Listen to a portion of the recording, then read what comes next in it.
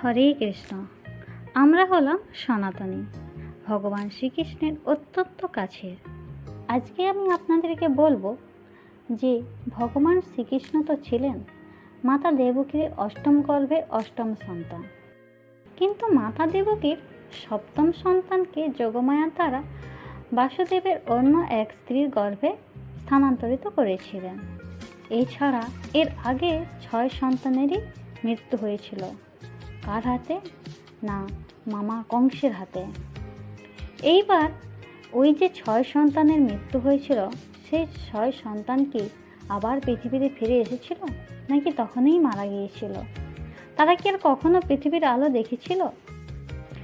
মাতা দেবকী একদিন শ্রীকৃষ্ণ এবং বলরাম দেবকে বললেন, তোমরা দুজনে যোগীশ্বরদের ঈশ্বর, মন ও বাক্যের অতীত। আমি জানি যে তোমরা দুজন প্রজাপতিরও ঈশ্বর, আদিপুরুষ নারায়ণ।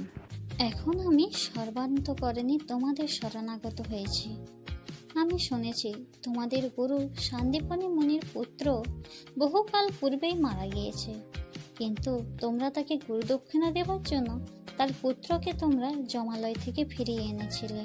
আর সেজন্যই তোমাদেরকে বলছি, তোমরা দুজনে আমারও একটা ইচ্ছা পূরণ করে দিও। তোমরা তো জানো কংস আমার অনেক ছেলেদের মেরে ফেলেছে, তাই তোমাদের কাছে অনুরোধ করছি তোমরা তাদের এনে দাও, যাতে করে আমি অত্যন্ত একবার তাদের দু চোখ ভরে দেখতে পারি। মা দেবকীর ইচ্ছা পূরণ করার জন্য ভগবান শ্রীকৃষ্ণ ও বলরাম দুজনে গেলেন যোগমায়ার আশ্রয় নিতে। যোগমায়ার আশ্রয় নিয়ে সুতলোকে গমন করলেন। সেখানে ছিলেন দৈত্যরাজ বলি। তিনি দেখলেন জগৎ আত্মা ভগবান শ্রীকৃষ্ণ ও বলরাম সুতলোকে এসেছেন। তখন তারা বড়ই আনন্দিত হলেন। তখন তিনি তৎক্ষণাৎ নিজের আসন ছেড়ে ভগবানের চরণে এসে বসলেন। তারপর দৈত্যরাজ বলি কি করলেন জানেন? 2 ভাইকে নিজের আসনে বসিয়ে পা ধুয়ে দিলেন, আর সেই চরণামৃত তারা পরিবারের সকলে মিলে গ্রহণ করলেন। তারপর তিনি বহুমূল্য বস্ত্র, আভূষণ, চন্দন, অমৃতময় খাদ্য সামগ্রী আর অন্যান্য নানা রকম জিনিস দিয়ে তিনি তাদের পূজা করলেন। বারবার ভগবানের পায়ে দৈত্যরাজ বলি প্রণাম করতে লাগলেন এবং তার হৃদয় প্রেমানন্দে বিগলিত হয়ে গেল। চোখের আনন্দ ধারা বইতে লাগলো, শরীরে রোমাঞ্চ হতে লাগলো। এবার তিনি গদগদ সুরে 2 ভাইয়ের স্তুতি করে বললেন, বলরাম, আপনি অনন্ত, আপনি এত মহান যে শেষনাগ ইত্যাদি সব আর সচ্চিদানন্দ স্বরূপ পুরুষ শ্রীকৃষ্ণ, আপনি তো সমস্ত জগতের নির্মাতা, আপনি নিজেই স্বয়ং পরম ব্রহ্ম। আমি আপনাদের দুজনকে বারবার প্রণাম করছি। সামান্য জীবের পক্ষে আপনাদের দুজনের দর্শন খুবই দুর্লভ, কিন্তু যদি আপনাদের কৃপা হয় তবে সেই দুর্লভ সুলভ হয়ে যায়। কারণ আজ আপনারা কৃপা করে আমার মতো রজগুণী ও তমগুণী দৈত্যকেও, আর সেজন্যই ভগবান আমার প্রতি এমন কৃপা করুন যাতে আমার মন আপনাদের চরণ কমলে অনুরক্ত হয়। কেননা যে শ্রীচরণ আশ্রয় করে সেই জীব ভবসাগর পার হয়ে যায়। আপনারা আমাকে আজ্ঞা দিয়ে নিষ্পাপ করে দিন, কারণ যে প্রাণী আপনাদের আজ্ঞা পালন করে তার বিধি নিষেধের বন্ধন থেকে মুক্ত হয়ে যায়। ভগবান শ্রীকৃষ্ণ বললেন, দৈত্যরাজ, আমার মা দেবকী তার 6 পুত্রের জন্য অত্যন্ত শোকাতুর হয়ে রয়েছেন।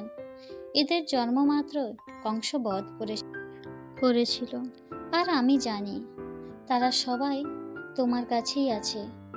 তাই আমার মায়ের শোক দূর করার জন্য আমি এদেরকে এখান থেকে নিয়ে যেতে চাই।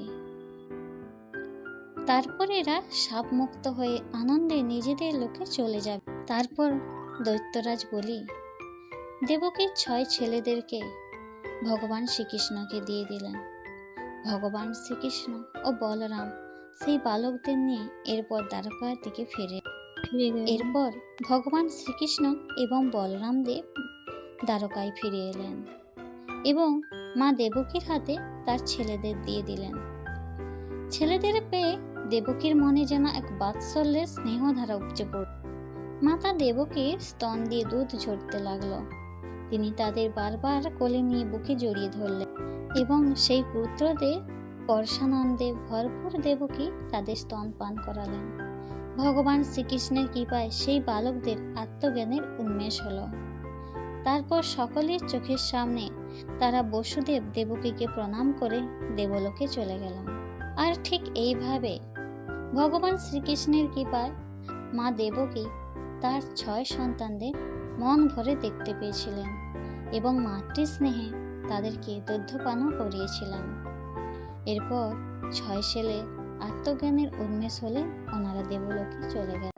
এইভাবেই ভগবান শ্রীকৃষ্ণের কৃপায় মাতা দেবকী তার মৃত সন্তানদেরকে ফিরে পেয়েছিলেন। তাই তো বলছি, ভগবান শ্রীকৃষ্ণের কৃপায় সব কিছুই সম্ভব, অসম্ভব বলে কিছুই হয় না। হরে কৃষ্ণ, জয় শ্রী রাধে। হরে কৃষ্ণ, সবার মঙ্গল হোক।